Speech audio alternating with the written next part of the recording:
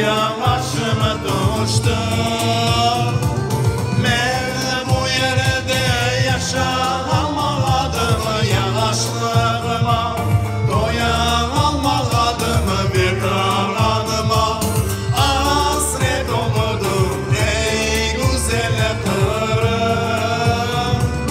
Ben bu yerde yaşamadım, yaşlığıma doyamadım bir anıma. Hasret oldum ey güzel kırım.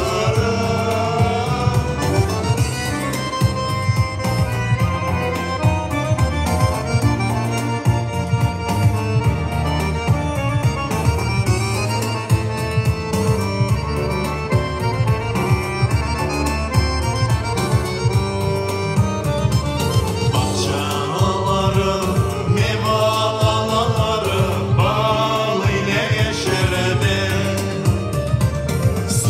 Suların içe doyamadım ben. Ben bu yerde yaşamadım, yaşlığıma doyamadım bir anıma.